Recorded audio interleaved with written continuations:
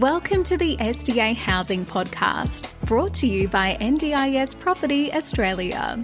Before starting this episode, we need to provide a general disclaimer. Information contained in this podcast is general in nature only. It does not take into account the objectives, financial situation, or needs of any particular person. You need to consider your financial situation and needs before making any decisions based on the information in this podcast. And you should consider seeking independent and professional advice for your personal circumstances. All right, let's begin. Hello everybody, my name is Minh and I'm your co-host with Debbie from NDIS Property Australia, and you listen to the SDA Housing Podcast. The show explains, highlights, guides and brings awareness about all things SDA in this ever-changing NDIS world. Debbie, welcome. Hello, Minh. What is today's topic about, Debbie? We're talking about a harrowing picture of fraud and funding misappropriation. As per a recent ABC article was released beginning of April, there's been subsequent articles and information coming out in the media of a NDIS provider who, in reading this article, it has absolutely devastated me that this happens. We know it happens, but reading the details. So yeah, we thought that we should just talk about the bad side of the NDIS providers that the NDIS is trying to cut down and sort out. Now, we're going to go in great detail here because this is public information. It's on ABC News, it's on YouTube, it's on LinkedIn, it's on various public news platforms. Companies named, the perpetrators named. We want to cover it because this came out officially in December. I think the raids happened in December, Debbie, where Australian Federal Police and the NDIA upon this Melbourne provider. So, Debbie, I'll let you cover the summary of all the facts and we'll discuss it throughout the whole topic here. Look, this is a huge summary, so I'll try and keep it brief, but essentially, large sums of taxpayer money meant for some of the most vulnerable Australians have been flowing through companies linked to a man named Khwaja Moeen Haroon. While his network has been under investigation for suspected fraud by the NDIS, some of those in his care have been left living in squalor. Haroon and companies linked to him were operating a network of homes that housed NDIS participants, primarily focused in Melbourne's outer western suburbs. Quick summary, the federal authorities suspect he has defrauded more than $10 million from the NDIS by coercing individuals with disabilities into substandard housing and misappropriating their funds. Activities have left some NDIS participants living in deplorable conditions, highlighting the severe consequences of this kind of exploitation. The article goes into a few actual case studies, which I will read through. The perpetrator, Khwaja Moeen Haroon, has of course denied all allegations, but it has raised potential gaps in the NDIS system that has allowed for this to happen in the first place. There's reports from support coordinators who encountered alarming situations during welfare checks. And this has also highlighted the challenges faced by frontline workers in identifying and reporting exploitation and implications of NDIS fraud. Do you want me to go first into these cases? In a minute. Okay. You know, there's a lot of this said article case across the platforms, as I said earlier, and my impression is, yes, you're innocent until proven guilty in the court of law, common law in Australia. I know that, yeah. But in the article, one of the articles I read a few years ago, he was a taxi driver. This guy was a taxi driver a few years ago. And then all of a sudden, he's an NDIS provider, and all of a sudden, he's buying all these mansions and houses and cars, and he's a very, very wealthy individual. Now, the NDIA and the Australian Federal Police would not be silly. They know who's doing the wrong thing here, and that's why it's such a public.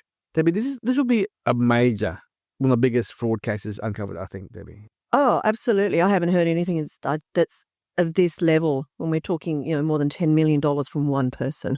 And funnily enough, Debbie, I was on a phone call this morning, only an hour ago, with a builder we're working with very closely in Melbourne. And he said to me, his exact words were, "Minh, did you hear about the fraud news on the news lately?" I said, "Yeah, I heard about it, about a $10 million fraud, NDIS and former taxi drivers." Yeah. I said, why tell me this story? He said to me, he bumped into those boys about a few months ago, last year. I said, well, what happened? They rocked up in their supercars, 2 Lambos. Lamborghinis. Yeah, oh, my God. Lamborghinis, and trying to wheel and deal and buy this SDA development site that this guy is building. And he said, no, this is build and fill up and then hold and blah, blah, blah. And he said to them, do you know what you're talking about here? Like, you're talking about as if you're a developer and you're trying to buy assets and like this. And he was not impressed with the way they conducted themselves, where they spoke, because they're effectively just real estate guys, providers trying to milk the system. And exactly, this article is all about milking the system. They've drained the accounts of these participants. And I think I'll give my impression more towards the end, but Debbie, I'd like you to continue on with your little summary here. Yeah, okay. Before I go into the cases, I'm just looking on another list of details about this guy to just paint a clearer picture. So he became the part owner of a disability business called Crescent Community Care when he was driving taxis in 2018. By 2021, his business card stated he was the company's operations manager. He was already then on the radar of organisations helping people at risk of homelessness, including the Mental Health Legal Centre. It came to the notice of authorities that he was persuading NDIS participants to move from supported residential services, which are state-regulated boarding houses, into his private share houses. At the time, Harrowing rebuffed the criticism, saying that participants had moved voluntarily and he was the saviour when it comes to seeking someone who can stand up and take them out of the vicious cycle of abuse. Despite the concerns that the authorities have already known about him for a few years now, he's only expanded his business network, signing up dozens of participants and turning over millions of dollars. He's the director of 24 companies, several of them operating in the NDIS space. Last year, he splashed out $3.25 million on a 4-bedroom mansion in Melbourne's north that came complete with an indoor pool, polished parquetry floors, a home cinema and a jacuzzi. A bank statement seen by the ABC shows that over 93 days in 2022, a Westpac account held in one of Haroon's NDIS company's names received more than $254,000 in NDIS money and rent. Over the same period, the vast bulk of that money, $241,000, was transferred directly to a bank account in Haroon's name. ABC has found more than 12 homes Harroon and his network used to house NDIS participants, many of them in places like Melton, Wyndham Vale, Hoppers Crossing, in the western suburbs of Melbourne, far from public transport and amenities. Participants were lured there with cash, cigarettes, food and a warm bed, according to 2 of the former workers and 6 services that have had clients move into the homes. Adding to their isolation, many didn't have phones or were without phone credit. Some of the homes were fitted with internal and external cameras, which 2 former workers allege were used to monitor the participants. They say that if alternative services came to help, participants were sometimes moved to a new house, so their NDIS packages remained under the control of Haroon's companies. Sometimes left alone with little care other than being provided meals, the drug addictions of participants would get worse, the insiders say. At one home in Truganina, neighbours say they've seen drug-affected participants in the street and that police were regular visitors. So I think that paints a pretty clear case of what was going on there. I do have a few case studies, but Min, do you want to add anything at that point? I know you mentioned the word security cameras. We're not allowed to have security cameras in the house monitoring participants. That's a breach of privacy. So I just want to go back to some technical work, we talk about fraudulent activities. I just want to read out some examples of it. Examples of fraud is making false claims for supports that were not provided. That's number 1. Charging for more than what was provided. Number 2. Claiming the same invoice more than once. Number 3. Luring NDIS participants away from the existing providers with promise of cash and other benefits. Number 4, as Debbie mentioned. And 5, another example is using false medical reports to claim NDIS funding for people who did not have a disability. Okay? Debbie, you and I have heard all these kind of stories in the last 5 years now. We also know how limited the resources are of the fraud task force inside the NDIA to do this, because in one of the articles here, Debbie, that you may mention in a minute, the welfare check discussion in this exact case, they went out, support coordinators, I think 1 or 2 of them went out, and as soon as they went to site to check on the participants, all these support workers turned up who were already there, and more turned up. I don't know if they were support workers or they were thugs, But with them standing there in front of the participants was actually scared to say, I am scared, I don't want to be here, and get me out of here. They didn't say those words, but their face and their demeanor was definitely evident, because later on, when they did find and save the participants, they said, I didn't want to be there, I was being pressured, and I was scared for my life, and blah, blah, blah. So obviously, thugs / support workers, was trying to keep what do you call this? This operation, this ring operation, this coercion, what's the word when you control someone's life? What's the word for it, Debbie? Coercion, control. And they came back, the whole house was empty, and they moved to another house. Yeah. So the providers, by staying on the radar, would move on to another house to hide the participants. So there's my feedback on that, on this crackdown on fraud. And Debbie, continue on with the article.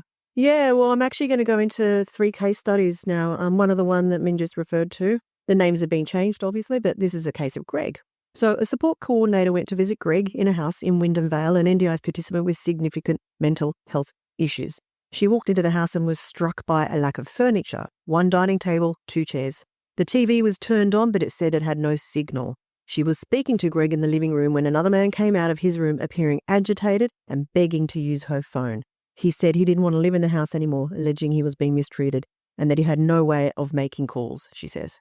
Support workers in the home refused to provide the name of the company they were working for. The support coordinator left the house and called the police. It was determined after that the staff in the house were employed by Harrowing, who operated a network of homes housing NDIS participants in Melbourne's outer west suburbs. The next day, the police were asked to do a welfare check on Greg at the house, but when they arrived, they found the house abandoned. When Greg was eventually found and visited by the support coordinator, other staff were present and Greg appeared guarded in his answers about wanting to stay in the house.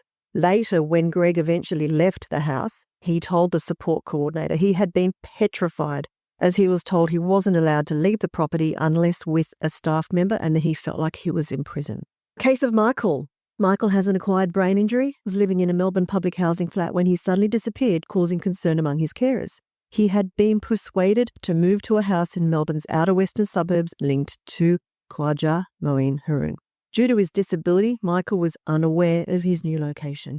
His original support workers attempted to locate him, but staff at the new residence allegedly withheld information about his whereabouts. During this 4-day period, before his carers found him and returned him home, Michael was hospitalised twice for epileptic seizures, reportedly because his medication had been left behind during the abrupt move. This ordeal left him distressed and distrustful. It's also discovered that one of the businesses linked to Haroon had contacted the NDIA to try to take over Michael's planned coordination, thus his funding, during that 4-day period.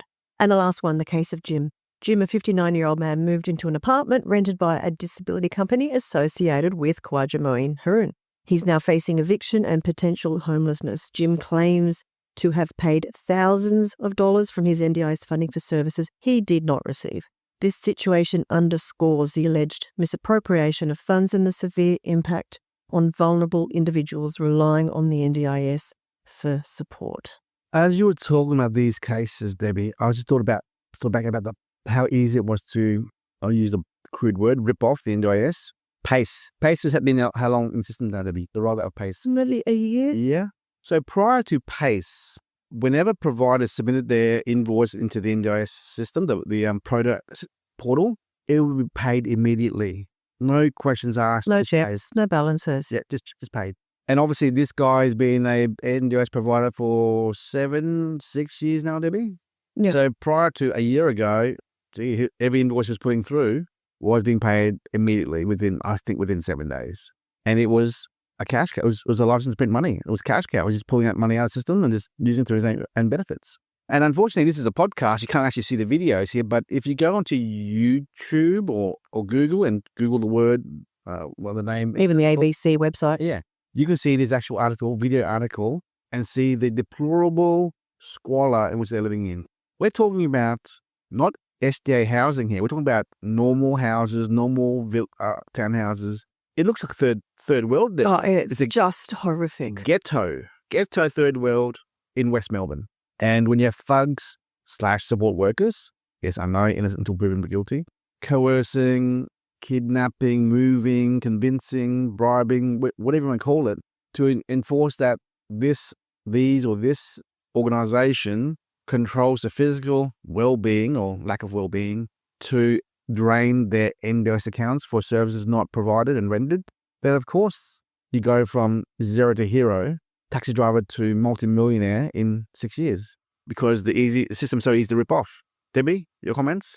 Yeah, look, I just find this really disturbing, and there's a lot of noise out there about the clamp down from the NDIS and how much of a problem it's causing for providers and participants. But you've got to understand this is actually why they're doing it, because there was such gaps in the system, and it's never going to be perfect, but something has to be done to stop this situation. Back to your case number 1, where that lady went out to welfare check again. Do you remember reading the time difference between first incident and second incident? No, I don't know that it was actually. It was mentioned. Was it? 8 months. 8 months. I don't remember reading. God. So to go out there for the first time, no, there was 3. The first incident check, then they were alarmed with it. Back recently again, I think a week or 2 weeks later, and then they disappeared to another house, and then they found them again 8 months later. So that was the time frame there. Yeah, look, it's just really disturbing. And just something else in the article that I'm very concerned about, and this is as it was published a week or so ago. 2 of the companies associated with Haroon, Crescent Care Community and In Disability, are still registered as NDIS providers. #NDIA. Why do you still have Crescent Community Care? Why are they still registered as a NDIS provider on your website? Please, damn it, take it off. Yeah, they say that they have been investigating him since 2021. Full-scale investigation by the NDIS's Fraud Fusion Task Force has been up and running since mid-23. That's nearly 2 years now. So, as you said, the fraud investigation is definitely under-resourced, but yeah, it's still happening, basically, people. There's still companies out there that should not be operating. Now, Debbie, just a tangent here, going off tangent. This is a NDIS registered provider. Yeah. What about the 200,000 unregistered provider? Yeah, exactly. Well, they will. They don't follow the same rules. No, they don't. They don't have any rules. Code of ethics. No, they don't need to undergo any kind of audits or provide any documentation about what they're doing. And this is why a year and a half ago, Debbie, when Bill Shorten said at the end of 2023, the massive changes for the next 5 years. That providers must all be registered. So over the next 5 years, this is back in 23, obviously. So the next 5 years, we'll see big, massive changes. IL, registration, unregistered providers and support coordinators should be registered as providers, registered, yes.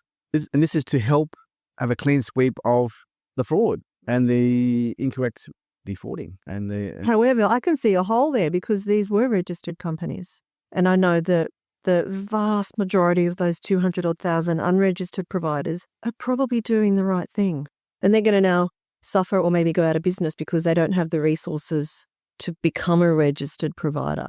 Look, I guess this just highlights, the difficulties faced by the NDIA in trying to run this massive organisation and trying to run it fairly and safely for everybody. It's got so much good, but this is just the biggest fraud case that we've come across.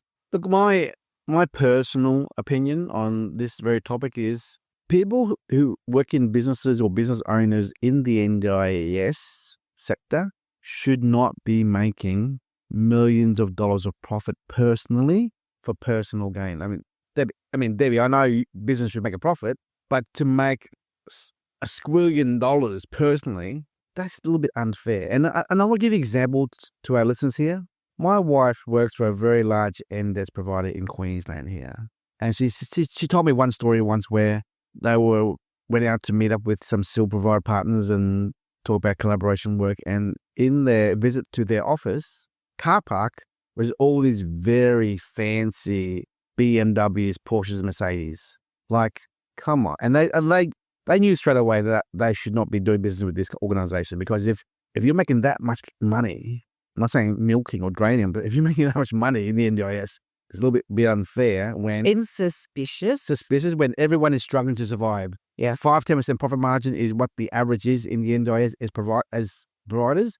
And if you're making swings of dollars doing this care work, something's not right there. Yeah. That's all. So be very mindful of very successful providers because, number one, they are one of the very few elite, rare, successful businesses, or two, they could be doing something wrong. Now, I'm not laying blame to anyone, but just be mindful that fraud and incorrect business ethics do come to play when you're making too much money in the NDIS. That's all. Yeah.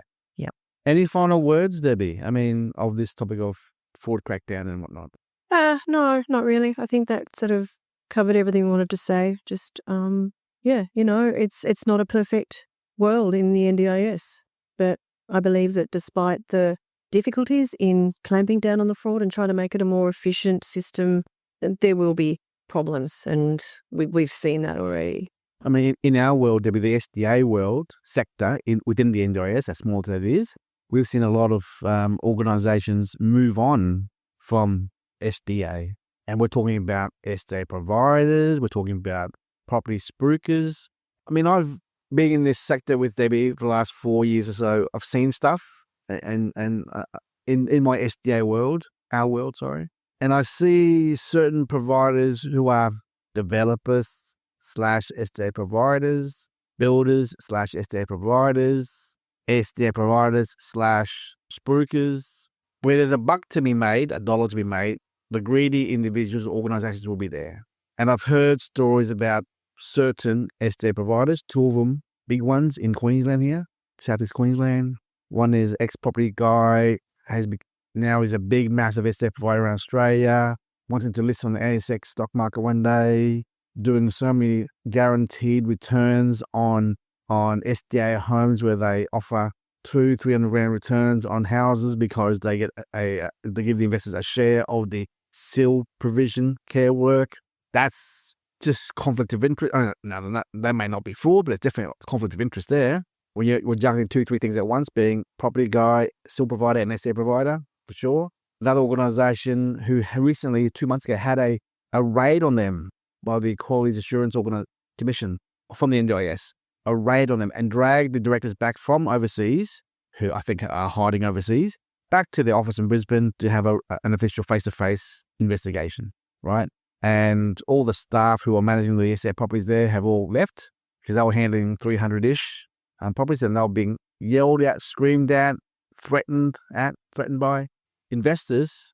And, and these guys are developers, town planner / lawyer / current or ex, who are running a SDA business and just totally milking the property world, where they were making probably $150,000, $200,000, $250,000 margin per property build, where they're forcing builders to pay a fee to use their plumber, use their electrician, which is totally against build businesses anyway, and they're totally ripping off investors by $100,000, $200,000, $300,000 grand, overpriced, while being an SDA provider, right?